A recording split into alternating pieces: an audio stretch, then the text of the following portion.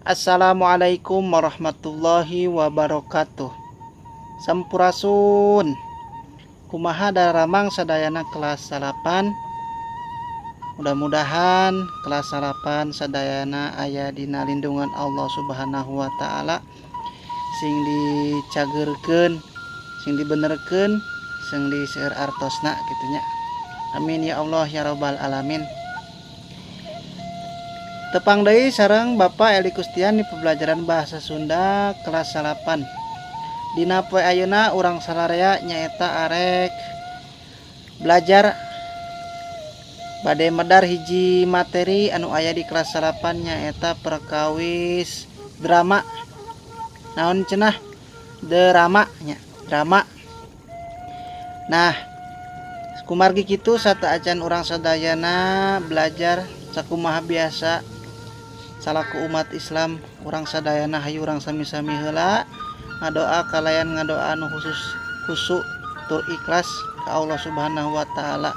Mudah-mudahan doa urang sadayana ditampi, mudah-mudahan urang sadayana dipasihan ilmu nu mangpaat tur barokah. Ieu urang sami-sami heula ngadoa macakeun suratul Fatihah sauwihan 1 2 3. A'udzu billahi minasyaitonir rajim. Bismillahirrahmanirrahim. Alhamdulillahi rabbil alamin. Arrahmanirrahim. Maliki yaumiddin. Iyyaka na'budu wa iyyaka nasta'in. Ihdinas siratal mustaqim. Siratal ladzina an'amta 'alaihim ghairil maghdubi 'alaihim waladdallin. Amin. Mudah-mudahan doa urang sadayana ditampi ku Allah Subhanahu wa taala. Amin ya Allah ya rabbal alamin.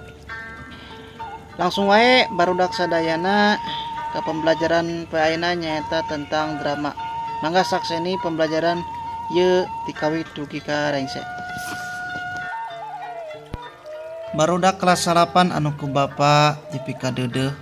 Ayeuna hayu urang sami-sami talungtik wangenan drama. Nah, istilah drama teh asalna ti bahasa Yunani nyaeta dramoi. Artina niru-niru. Ari carita drama teh nyaeta karangan sastra anu midangkeun carita atawa lalakon ku dialog, bisa oge paguneman, teras diajangkeun pikeun ku para pamain atanapi aktor. Barudak sadayana kelas 8 ayeuna lajeng kana struktur teks drama. Lahir mah wujud karangan drama mah beda jeung karangan-karangan sejena. Biasana sok aya pertelaan ngeunaan palaku jeung paripolah palaku. Dieuyeban oge pertelaan sejena kayaning babak jeung adegan, deskripsi dina awal babak, teras guneman para palaku jeung prolog jeung epilog. Ta eta struktur teks drama kitunya.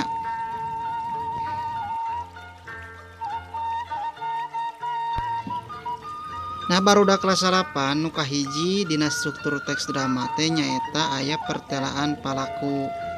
Ai pertelaan palaku teh naon? Anu ngaberendelkeun, anu ngajelaskeun ngaran jeung katerangan ngeunaan palaku kitunya. Sok sanajan aya oge na biasana drama anu henteu make pertelaan para palaku. Salajengna nu kadua nyaeta dina struktur teks drama teh aya babak jeung adegan. Anu ngabagi-bagi karangan drama dina hiji babak dilakonan kajadian-kajadian dina hiji tempat dina saruntuyan waktu. Unggal babak dibagi jadi sabaraha adegan nurutkeun robahna kajadian datang atawa inditna si palaku eta. Salajengna anu katilu nyaeta dina struktur teks teh aya candraan. Nah, candraan ieu dina awal babak nerangkeun kaayaan latar, suasana, palaku, kajadian jeung nu lainna. Biasana ditulis oge saperluna pisan gitunya henteu mangrupa gambaran anu wincik. Ras anu kaopat dina struktur paguneman teh nyaeta struktur drama teh nyaeta paguneman. Dina paguneman ieu kalimah langsung para palaku anu silih tepas. Tegesna paguneman teh mangrupa luluhut tina karangan drama. Jadi paguneman teh lamun dina bahasa Indonesia nama sok disebut dialog gitunya. Jadi dina paguneman ieu teh para palaku teh tah tokoh-tokoh teh sering tempas komunikasi secara langsung gitu. Nah, tegesna oge ai paguneman teh mangrupakeun hiji kunci dina karangan drama mah. Kabayang lamun dina drama eueuh komunikasi atanapi eueuh pagunemannya gitu moal rame. Nah eta nu kaopatnya salah sahiji tina struktur drama teh.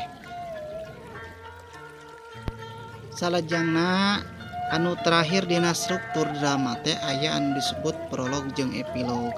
Naon ai prolog jeung epilog toh? Teh loba drama anu henteu make prolog jeung epilog. Nya sawareh drama mah henteu make prolog jeung epilog. Tadi dia disebutkeun prolog teh ditulis dina awal drama. Jadi mangga sastra dieusi ku katerangan atawa pamanggih pangarang ngeunaan lalakon anu bares disuguhkeun. Jadi lamun dina bahasa Indonesia disebut pembukaan drama punya. Terus naon aya ari epilog teh? Ari epilog mah ditulis dina panutup drama, dieusi ku kacindekan lalakon jeung nasihat pangarang. Nah biasana orang ningali lamun dina TV mah sok aya OPJ gitunya. OPJ teh lamun anu pembukaan mah biasana sok ku Mang Parto. Mang Parto biasana macakeun prolog sebelum memulai drama eta, terus ditungtungan oge ku epilog ku nasihat-nasihat ti Kang Parto. Tah eta dina salah sahiji contoh drama nu aya dina TV mah dina Opera Panjapa gitunya. Tah eta mangrupakeun 5 perkara anu aya dina struktur drama gitunya. Mugi-mugi sadayana tiasa paham.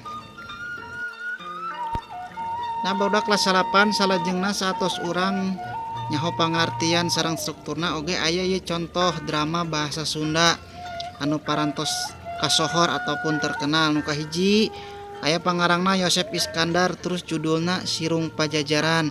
Nu kadua R Hidayat Suryalaga, judul dramanya Tambang jeung Raja Welas. Nu katilu aya Wahyu Wibisana, nah judulna Tukang Asahan, Tonggeret Banen jeung Sajabana. Opat Haji Brosidi, judul dramana salah sahijina nyaeta Masitoh. Terus anu kalima aya Ahmad Bakri, judul dramana Rajapati jeung Lebe Kabayan. Anu kagenep aya Utuy Tatang Sotani, judulna Sangkuriang. Jeung anu katujuh aya Najarudin Ajhar, judulna Jeblog jeung Cangkilung.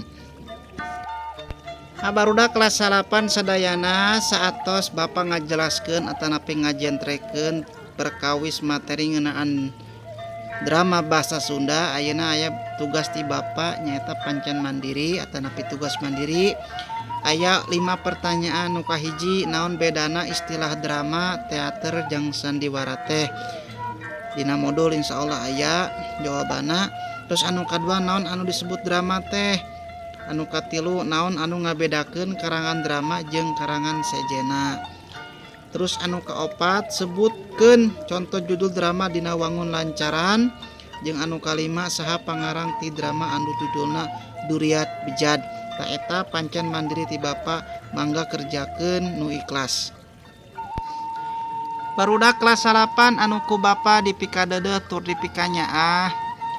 Mung sakitu ala kadarna anu tiasa ku Bapak dipikahatur, anu tiasa ku Bapak disampaikeun ngaitana sareng materi drama bahasa Sunda.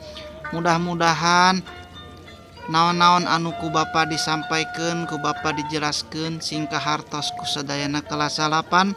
Oge mudah-mudahan sadayana Bapak jarang kelas 8 kenging ilmu nu berkah tur mangpaat kangge hirupan di dunia sareng di akhiratna. Amin ya Allah ya rabbal alamin. Hatur nuhun kana perhatosanana. Hapunten beli aya kelepatan. Hayu urang sami-sami wae tutup ku membacakan doa kafaratul majlis. Subhanakallahumma wa bihamdika asyhadu alla ilaha illa anta astaghfiruka wa atubu ilaih. Wassalamualaikum warahmatullahi wabarakatuh.